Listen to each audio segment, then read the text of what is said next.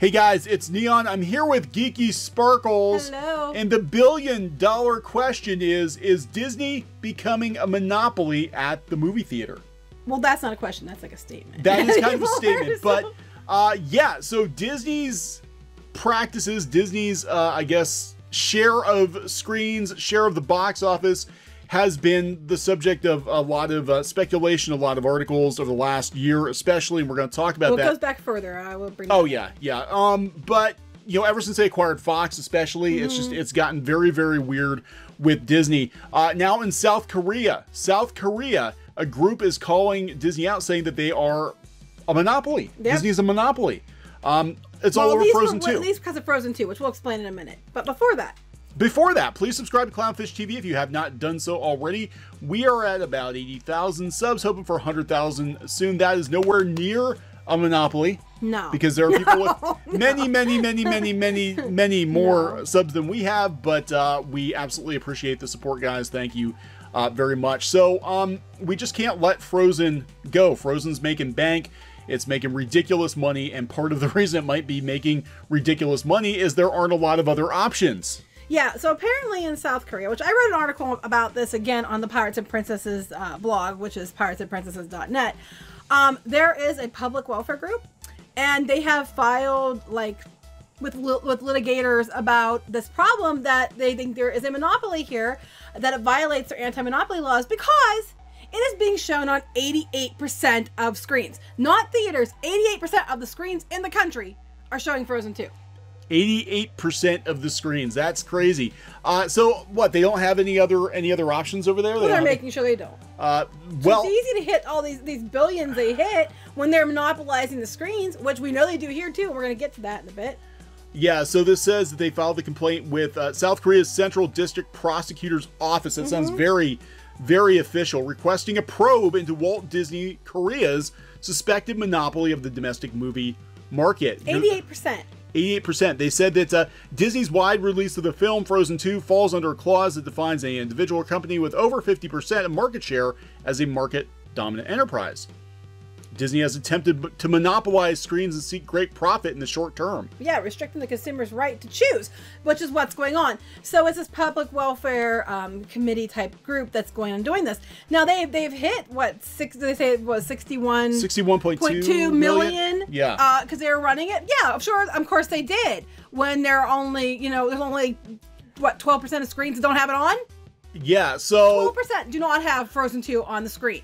But the thing is that even here in the States, Disney is becoming more and more of a monopoly because, they bought Fox, they own so many studios, and now there's fear, and we'll talk a little bit about this later, there's fear that Disney might actually start owning the movie theaters too, and squeezing out smaller theaters or making sure that all the movie theaters run all Disney all the time. Right. So, we know that back with, here, I'm going to take this. I'm in charge, because I wrote the article. So when they did Star Wars, The Last Jedi, they did this, I'm sure you remember, where they were forcing theaters under special secret terms. If you wanted to carry it, you had to listen to what they said. I actually have this, over here. But they're talking about they had to agree to give Disney 65% of the ticket sales. They had to agree to show the film on their largest, biggest screen and auditorium for at least 4 weeks. And if they did not follow the terms, they had to give Disney additional 5%, giving them 70% of ticket sales. This is unheard of, ridiculous rates. They were already gouging, and they tried to gouge more. So they were doing that, and that was on this article where they were forcing theaters to these ridiculous rules.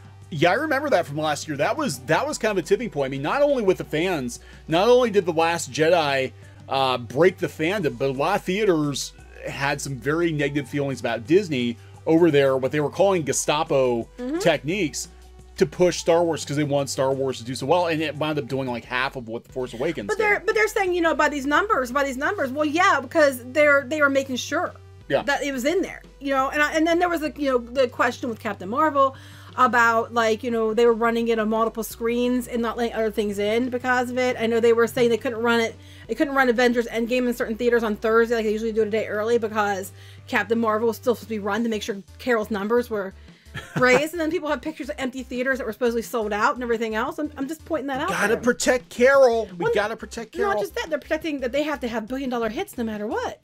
Yeah. Especially with these big things. And then this is not new. Back in 2015, the National Association of Theater Owners issued a letter to the Walt Disney Studios because they had an avalanche of complaints from theater owners over strict conditions placed on screenings of Avengers Age of Ultron. According to the Wall Street Journal, among the requirements, theaters had to stop matinee screenings of the blockbuster film by 5 p.m., as well as charge at least the national average price for a movie ticket in order to keep their cut of the box office revenue. So you couldn't do Avengers Age of Ultron at the Dollar Theater. You couldn't do bargain matinees. You had to, yeah, because that's how, I mean, how is Disney inflating their prices? You know, inflating their box office? Because they've got the power to be able to manipulate the theaters. I still say they buy tickets. But I think, you know, I'm saying. You know what? Oh, yes, I love this one. This is my favorite with Rise of Skywalker. Adam Tickets and Fandango reporting record-breaking sales. Adam Tickets, as I pointed out before, is mostly owned by Disney. Yeah, Disney owns a huge chunk of that. Lionsgate owns the other part. Yeah, but they didn't really release the Fandango numbers, and it would be in Disney's best interest. Now, there has been, you know, a lot of accusations about Disney buying their own tickets for some movies, you know, creating that false fear of missing out. Fear of missing out. FOMO. The FOMO. I can't say without laughing. FOMO. They do it in the theme parks too. They do the same. It's the same mentality they have in the theme parks, where they have, you know, limited time magic, special offers, but it's limited to only so many people. And I think what they're doing, and I think with Rise of Skywalker, they thought they would put this out there and be like, "Oh my God, the tickets are all gonna sell out. You need to book now." People are still getting. Now they're like, "Please, dear God, book. Do we mention you need to book for the Rise of Skywalker? Oh, please book tickets for the Rise of Skywalker." Yeah, and a lot of you know, Disney theme park you know, annual pass holders have been getting emails too, which is unusual because I don't remember that happening last time. But it's not just Adam Ticket. The guy who's in charge of Fandango, which give me this for a minute. I have his name on the. I can't remember his name. But they're talking about. I talked about here. The Fandango CEO, Paul Yanover. Yeah. He worked at 16 years at Disney prior to becoming CEO of Fandango. But Fandango also runs Rotten Tomatoes, which keeps making these little, you know, new rules to protect certain movies, usually involving Disney. Just, you know, pointing that. So the next phase, since we're talking Marvel, you know, the next phase is Disney could potentially buy movie theaters or keep certain theaters from running movies if they don't play ball with the mouse. So this is about the, let's see, the Paramount decree. Yeah, the Department of Justice is looking into whether or not they should overturn the Paramount decree, which was set in 1948, and basically it was a Supreme Court ruling that said it barred the studios from practices like owning movie theaters, setting minimum ticket prices, demanding theater license other films from a studio to get access to the movies they want, a practice known as block booking, and cutting deals for movies by theater circuit rather than theater by theater, as the former would put small theater chains at a disadvantage. Now all of a sudden they're trying to overturn this. They already own the stake in Adam Tickets because they bought out Fox. It was originally split by 3, but now they own both, so they own 2/3 of it. So they already own that, and now this gets overturned, which I don't see how that can apply with this, but whatever. If it gets overturned, they can buy theaters out. Yeah, so can you imagine, you know, and again, this is like worst case scenario, but could you imagine that Disney owns, here in the States, 80% of the movies that are being released are from Disney, and then they own 80% of the theater showing those movies. And if you're not a Disney theater, you know, they're not gonna run those movies. So the next Marvel movie might only come out in Disney's own theater chain, right? And the smaller theaters will miss out on all these tentpole franchises. So they'll change AMC to like another Mickey cash grab. AMC will become MIC. I was gonna say another Mickey cash grab, but you know. So yeah, I was gonna say asshole mouse cinema. I'm just like AMC. You know, like, you hate Disney. Actually, we don't. But I don't. I don't like what they're doing. I don't think this is right. I really don't. I don't like this version of Disney. I like the Disney that was creative and innovative and about families and about, you know, creating things. That's what Walt was. Like, I don't care about the money. I just want to make new things. I liked Walt's Disney. This is not Walt's Disney. This is Highlander. This is the board. This is Iger's Disney. This is Iger's Disney. This is you know, greed is good. Greed is good. And the problem is it's going to hurt.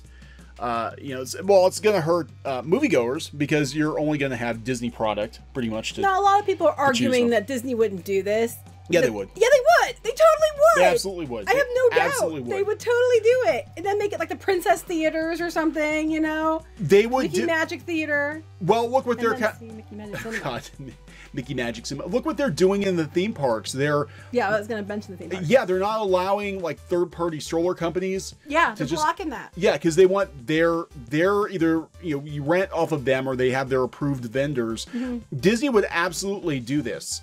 You make no mistake. If they could control the movie theaters too, and they'll spin it like it's a positive, they'll be like, oh, we want to control, you know, the theaters to make sure that we have the best presentation possible for our audience. You know, but then what happens is it becomes, well, the only place you can go see a Marvel movie or a Disney animated feature is a Disney theater, and we can charge whatever the hell we want. And do you think the ticket prices are going to stay what they are? Hell no. Nope. You know, because all they're doing is going after every bit of money they can. We see it with the parks every day. They keep raising prices, like $1 here, $2 there, $5 here, $5 there. It doesn't seem like a lot. But in the course of a day, one family might spend an extra $100. How many families are there? You know, we're talking a lot of money. It's getting to the place where it's becoming gouging. And now they're going to take over that too.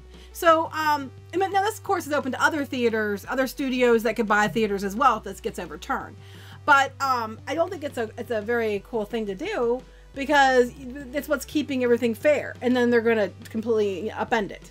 Yeah, and they're already starting to vault. Oh yeah, I forgot about that. Yeah, they're vaulting Fox movies. Now, I know from talking to our local theater owner, we actually have a dollar theater here in town. Well, it's not a dollar. It's not a dollar. Well, nothing's a dollar anymore, but it's a second run. It's a community theater. It's a community theater. It's in a community center here in town, and they get movies about 3 to 4 weeks after they've been, you know, in the bigger theaters. But he was telling me that they were, you know, having a hard time with Fox movies and with Disney movies now. They wanted to do, I guess they wanted to do a run Frozen 1 and 2 together. Disney wouldn't let them do it, and he's like, well, could we get, you know, some of the Fox movies? Could we get Home Alone? Could we get... No, not anymore. Yeah, they're talking here too, and they said there's no rhyme and reason. I actually put the quote in here. It's easier just to read it from here. They were talking about that. They said that they're blocking Fox films from being replayed in theaters. Some theaters would do older films for summer holiday, and they're being vaulted. Instead, in fact, in reporting this story, I found that Disney's new policy is being applied differently from place to place. Several theater managers and film programmers, all of course being anonymous because they're afraid of Disney, said the request to show older Fox titles have been either preemptively denied or revoked after the fact, despite fitting the description of a venue that should be allowed to do so. Sometimes no rationale was offered. Other times they were given a reason, but it didn't jive with what was happening at other venues. So I like you, so you can have it. I don't like you, so you can't have it. I mean... Well, that's the story I was being told, because I was asking about, you know, film festivals, especially for next year. You know, we wanted to maybe do something for Halloween or whatever, and he said that Disney, with the Fox movies especially, they're playing hardball. It used to be that, I guess they had different rules because they were second run theater and they were a community center, and it was, I guess they viewed it as like almost like donations, you know, for the ticket price. But now Disney's just like, no, we basically consider you a first run theater. Basically what people were saying was, if you were a first run theater, they weren't letting you run older movies in conjunction with the first run theaters. Thing is, this is not a first run theater. No, they used to run older movies all the time, right, like for Christmas and stuff like that. And they said there's a lot of theaters that they're like, you know, not for profit, you know, they'll let some of them have them. But it's like I said, it's not this person can, that person can't. There's no clear set. Yeah, I think it just depends on probably who you know. But I mean, ultimately what's going to happen is, look at all that Disney owns. You know, if they own the movie theaters, and, you know, all the Fox stuff, yeah, it gets vaulted. All the classic Disney stuff, all the Pixar stuff, Marvel, Star Wars, you know, all the tentpole franchises now are basically Disney. You know, this is how many theaters is it going to run out? Well, theaters are already hanging on by their fingertips. Well, then they're coming in and demanding 70%, 65 to 70% of the take. Yeah. It's like, why? You know, honestly, these theaters, they will go out of business. I say they should all just refuse to air it. If they refuse to run it, what were they going to do? Yo, that would be a coup. That would be a coup. Could you imagine if all the theaters got together and said, we're not going to allow this to happen. We're not going to kowtow to Disney. Yeah, we're not running any Disney movies. But what's going to happen is then Disney will make sure that gets pushed through about the repealing. They'll just go start their own chain. Right. And be like, you know. So, I mean, we've reached kind of peak ridiculousness with Disney. And I think here in the States, I can almost guarantee that there are going to be similar complaints. But at least they're fighting back in South Korea. Yeah, they're fighting back. 88%, guys, of the screens, not the theaters, the screens, all had Frozen 2 on it. There is no choice. Obey the mouse. And I mean, this is coming from somebody who covers Disney news and actually likes Disney. I mean, well, liked Disney. The new stuff I don't really care for. But you know, it's not okay, and it's not right. I don't blame him. I would have done the same thing. Yeah, yeah. I think it's coming here in the States. I think we're gonna see, because people are gonna have to start pushing back. Well, they're already talking about how the box office is down. It's down like 16%. And they really needed a hit like Frozen 2, and they're looking, you know, a lot of theater owners, believe it or not, are looking forward to The Rise of Skywalker, but they're already saying it's going to open softer than the other Star Wars movies. But, you know, the box office is down. People aren't going to theaters as much as they used to because the prices keep going up. If Disney gets a hold of it, it's going to go through the roof. I have to put a little side thing on here. Earlier it was funny because I kept seeing all these stories about, you know, Frozen 2 broke all the records for the 5-day Thanksgiving weekend. Of course they did. But they all were, but then they all had to mention, and Rian Johnson's Knives Out at literally a third of the take, and it was, they always had to keep mentioning it every time it was mentioned that Knives Out. I'm like, when you look at the numbers though, when you compare it to like Terminator, you know, Dark Fate, the numbers are better, but they're not better by a lot. Yeah. I know it costs less to make. I know that. Yeah. What I'm saying is, you know, they keep acting like it's this big deal, and I'm like, it's literally a third of what Frozen 2 earned in the same time frame, and you compare it to other movies that have come out recently, it's not that great, but they're acting like, oh my god, it's the second coming, because he's our baby, we must protect him at all costs. Yeah, no, it's their case building. I'm telling you, and I did a video on this the other day. I honestly think they're going to give him another shot at Star Wars in theaters. Oh, that'd be really dumb. You know, I mean, it depends on how Rise of Skywalker does, but they're going to point to, like, look, Knives Out was a success. Look, The Last Jedi was still very successful. I think he's good at things like Knives Out. I do not think he's good at things like Star Wars. No, if he's not working on an established brand with established characters, you know, he can do whatever the hell he wants to do. He's not that bad at it. Yeah, no, actually, I know people who saw Knives Out and they said it was pretty good. Yeah, I think when he does his own thing, it's okay. It's when he tries to do stuff like Star Wars, it's not okay. Yeah, he wants that twist ending. It's like, why don't you just put M. Night Shyamalan in charge of... The twist! What a twist! So M. Night Shyamalan's the twist, and he's subversion! Oh, God. So there we go, guys. South Korea pushing back against Disney's monopoly. We'll see if this happens in the States. I think next year, we're going to see some pushback. I really do. I don't think it's going to last long, because I think they own too many people in powerful positions to let it go on in the United States. No, it's true. I'm sorry, but I do. They've got people installed at the movie review sites. They got people installed at the ticket distributors. They own Atom Tickets, the majority of Atom Tickets. Yeah. You know, what happened to the SEC thing? It disappeared. So for now, I'm just saying. It's going to disappear. Disney has a way of making things disappear. But they need more money. They want more. They just want you. I mean, they could reach in your bank account, clean you out, and never give you anything. They would totally do it. Yeah, if they didn't have to, like we always joke about the parks anymore, if they could get you to the park without having any rides or having any employees and just have you show up at the gate and they would just stick a vacuum in your back pocket, suck all the money out and send you on your way, maybe a pair of mouse ears. Instagram wall. They would like you to promote them more. Line up against the wall as we suck the money out of your pocket. So you can take pictures and promote them more. Right. So your friends come and also they can have get their money too. So. Yeah, get their money sucked out of their pockets. So, yeah, Disney, totally a monopoly, I think. But, all right, there you go. All right, so we're going to wrap this one up. Please subscribe for pop culture news, views, and rants. Bye. Hey guys, thanks for watching Clownfish TV. Please consider supporting the channel. Go to clownfishsupport.com. That's clownfishsupport.com. And if you want to join our community, go to clownfishtalk.com. That's clownfishtalk.com. Please subscribe. Ring the bell for notifications. We will talk to you next time.